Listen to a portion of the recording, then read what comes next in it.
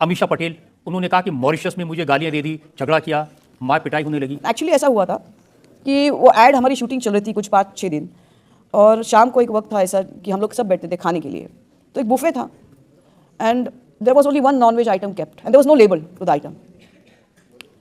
तो मैंने वो उठा लिया नॉन वेज को और मैं खा रही थी, और मिस्टर बजाज मेरे साइड में बैठे थे बाजू में, और मैं चबा रही थी एक साइड से, चब ही नहीं रहा था, उसको ब्रेक ही नहीं हो रहा था। तो मैंने कहा Bajaj ji, and that was only one non veg kept. तो मैंने कहा एक्सक्यूज मी, वो can you tell me what is the meat. मुझे लगा कुछ पुराना होगा, इसलिए वो it's not getting bitten properly in pieces. तो मुझे बोलता है ये डियर मीट है। तो मैंने बोला डियर मीट। तो मैंने कहा बजाज जी, काम आपको करना चाहिए, थोड़ा लेबल लगाना चाहिए। आदमी चिकन खाता है, मटन खाता है, डियर मीट कौन खाता है? तो मैंने कहा can you put next time label, and I told him so softly, I said put deer. ये सामने थी, कोई नई लड़की थी, मुझे नहीं मालूम कौन, Amisha Patel. Oh my God, you celebrities are so pricey, so high, you making controversy, you making issue over deer meat. तो मैंने कुछ नहीं बोला, तो मैंने सिर्फ उसको लुक दिया। मैंने कहा ये कौन बीच में आ गई दो लोगों के? It's like Rakesh Roshan and Shahrukh Khan कुछ बात कर रहे हैं, और तीसरा कोई जिसकी कुछ नहीं शुरुआत बॉलीवुड में, और वो बीच में बोल रहा हो, तो कैसा फीलिंग होगा? मेरी तो दुस्साहस नहीं होगी कि अगर एक शाहरुख खान और राकेश रोशन बात कर रहा है, मेरा कोई अस्तित्व नहीं उस वक्त, मेरी कोई स्टैंडिंग नहीं, और मैं दोनों के बीच में आ जाऊँ, वो भी on a issue which was very. आपने उनको ये कह दिया कि तुम्हारी औकात क्या है, मेरे 15 लाख फीस है तुम्हारी? नहीं, ये मेरी नहीं हुई, ये मेरी जो सेक्रेटरी थी उस वक्त, उसने बोला कि हु आर यू। अभी क्या बात होगी ये मुझे नहीं मालूम, सीरियसली मुझे नहीं मालूम। तो मैं ये नहीं बोलूँगी उसने क्या बोला, उसने क्या नहीं बोला, ये दोनों के बीच की बात है। She says you stay away, it's not a conversation between you. सबसे बड़ी कंट्रोवर्सी और सबसे बड़ी एरोगेंस की बात हुई राजकुमार संतोषी के साथ जी। उन्होंने कहा कि मुझे ममता ने अंडरवर्ल्ड से, दाऊद इब्राहिम से धमकी दिलवाई।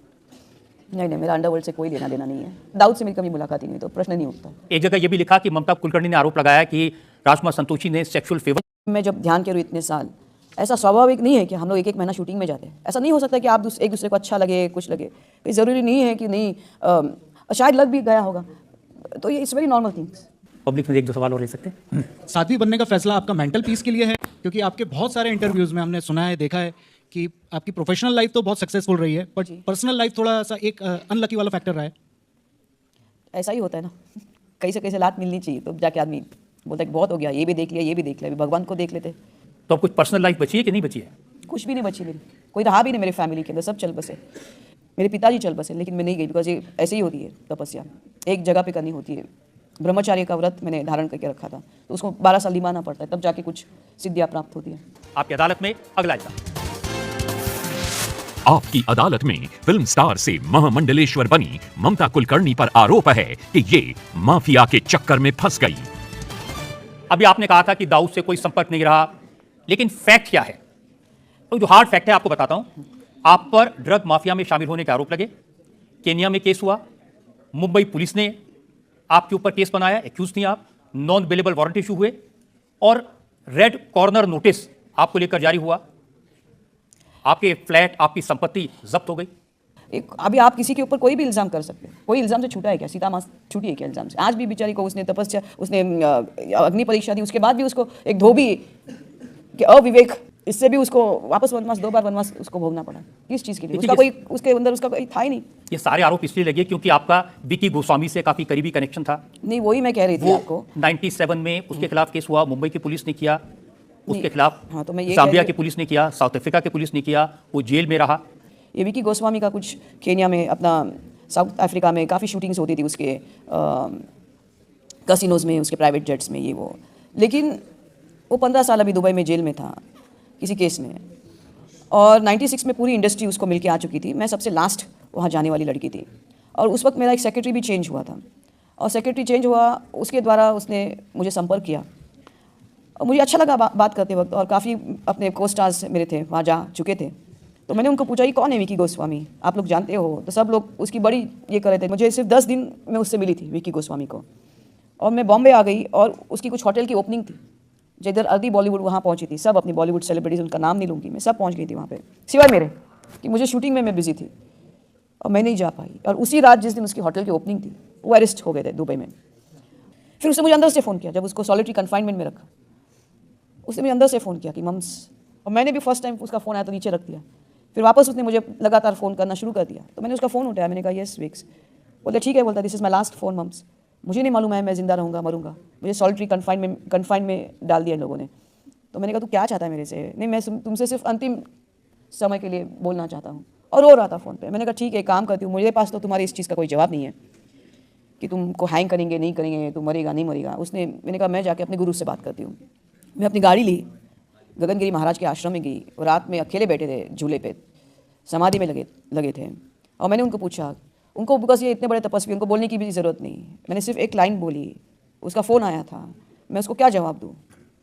वो आएगा बाहर, निकलेगा बाहर इस प्रॉब्लम से। बोलता उसको कुछ समय है, उसको 12 साल है, 15 साल है, कुछ समय है। तो इस दरमियान जैसे मैंने बोला, मैंने इतने नवरात्र रखे, कोई आ रहा है बोलता है चल अभी let's go to President hotel, तो मेरा बार बार संकल्प हो रहा है, असंकल्प हो रहा है, भ्रष्ट हो रहा है। तो गुरु ने उसने मुझे एक बार बोला, mums can you come and see me? मैंने कहा ठीक है, मैं तुमको एक बार, तब मेरी माँ चल बसी थी, माँ चल बसी, मुझे एकदम अकेला मैं महसूस कर रही थी। और ये फ़ोन पे, तो मैं कम से कम एक तो आदमी फ़ोन पे है मेरे लिए, तो मैं जाके उसको मिल के तो आऊँ, जेल में है, मुझे बोलता मालूम नहीं मैं जिंदा रहूँगा या मरूंगा। तो मैं गई, तो उसको मिलने गई, मैं वहाँ पे मिलने गई और मुझे उसने वचन दिया कि तुम किसी भी शेख वेख के पास नहीं जाओगी, मुझे वचन दे तू अपना। मैंने कहा क्यों? बोलते वो मुझे नहीं छोड़ेंगे तुमको देखने के बाद। तो मैंने कहा ठीक है, फिर मेरे लिए एक ही रास्ता रह गया, ध्यान का और ईश्वर भक्ति का, गुरु भक्ति का। और वो मैंने 12 साल 13 साल मैंने ब्रह्मचार्य व्रत को धारण करते हुए किया। और मेरा 13 साल ब्रह्मचार्य व्रत में मेरी कुंडलिनी शक्ति जागृत हो गई। ये जो 7 चक्र है, 7 चक्र के ऊपर अपने देवी देवता होते हैं, एक एक देवी देवता ने मेरी परीक्षा ली, ऐसी कठिन परीक्षा ली, तब जाके कुंडलिनी शक्ति मेरी जागृत होके यहाँ पे आ गई। और इस बीच में 2012-13 में कुंभ मेला लगा था, उसी प्रयागराज में मैं आई 2012-13 में, और ये छूट गया और मैं प्रयाग में आ गई मेरे तपस्या के। देखिए ममता जी, जिस आदमी से आपकी 10 दिन की जान पहचान जी, वो आपको 2 बार फोन कर दे, वो भी जेल से, वो भी ड्रग्स के केस में मैं जेल उनको है, मिलने गई। कौन जाता है ऐसे किसी को मिलने? नहीं, इसलिए बिकॉज वो आदमी बहुत दिल से अच्छा है। आप नहीं उनको समझ रहे हो, दिल से बहुत अच्छा आदमी है। देखिए हर एक का अपना होता है, जैसा भी क्या बताऊं मैं आपको। अब आप कह रही हैं कि आपने तपस्या की, अब आप पहली तपस्वी होंगी जो दुबई में शेख जायद रोड में एक फ्लैट में तपस्या कर रही हैं। हाँ, ये जो तपस्या करने वाले तो हिमालय की कंदराओं में जाते हैं, कोई हरिद्वार के आश्रम में जाता है। नहीं यही तो मनुष्य का उसको कहिए अविद्या है, इग्नोरेंस है कि आपको हिमालय में जाके परमेश्वर प्राप्त होंगे। मेरे पास वो एक ही फ्लैट, उसके अंदर कुछ भी सुविधा नहीं है, सिर्फ नीचे एक कंबल रखा है मेरा बैठने का, जैसे योगी रहता है। आप किसको भी करो, आपको अगर भोग ही है तो आप हिमालय के केव में आप अच्छे साधन को रख के आप भोग लोगे। यही तो गलती हम लोगों की हो रही है, हम वस्त्रों को देख के योगी या ना योगी घोषित कर लेते हैं। कि जो इतनी आपकी तपस्या है, इतनी जो आपकी कुंडली जागृत हुई है, इतनी जो शक्ति मिली आपको भगवान से, इसका इस्तेमाल आपको एक ड्रग माफिया को बचाने के लिए करना था? नहीं, तो मैं वही कह रही हूँ कि उसको बचाने के लिए मेरा ये थी साधना थी। जैसे मैंने बोला 1 महीना मैंने अन्न त्याग किया था, 40 दिन मैंने सिर्फ पानी पे तप किया था, 60 दिन ऐसे 2 महीना मैं रोज ऐसा पकड़ती थी बिना अन्न के। तो इससे क्या हो गया, उसका जो आनंद था कि ये आदमी आए और मैं उससे शादी करूँ, वो नष्ट हो गया मेरा। इसी को तो मैं बोल रही हूँ कि 12 साल के शादीशुदा था ऑलरेडी, शायद होगा। लेकिन मैं ये कह रही हूँ आपको कि ब्रह्मचार्य व्रत से मेरा वो नष्ट हो गया, उसको पानी की जो एक, क्योंकि एक इंटरव्यू मैंने पढ़ा कि आपने कहा जब आपको पता चला वो शादीशुदा है तो आपने उसको बहुत डांटा। वो 1996 में था जब उसने मुझे अप्रोच करना शुरू कर दिया, और उसके बाद मुझे समझ में आया किसी और से कि उसकी शादी हो गई थी। तो मैंने उसको फ़ोन लिया, उसको झाड़ दिया, उसको गोरी से शादी हो गई थी, फिरंगी से। तो मुझे फ़ोन किया उसने, मुझे समझ में आया कि वो शादीशुदा है, मैंने उसको झाड़ दिया। मैंने कहा तू क्या कर रहा है मेरे साथ? बोलते mums what happened? I said no you didn't tell me you got married. मैंने कहा अभी it's better we break off right now, कि ज़्यादा अंदर घुसता है आदमी, फिर प्यार होता है, फिर और कठिन होता है उससे मुक्त होने के लिए, उस संबंध से। मैंने कहा तूने मुझे पहले क्यों नहीं बताया कि तुम शादीशुदा हो? तो उसने बोला मम्स, तो उसने मुझे बताया उसका रिश्ता उस औरत से इतना नहीं है, वो अलग सोता है, अलग कमरे में सोता है।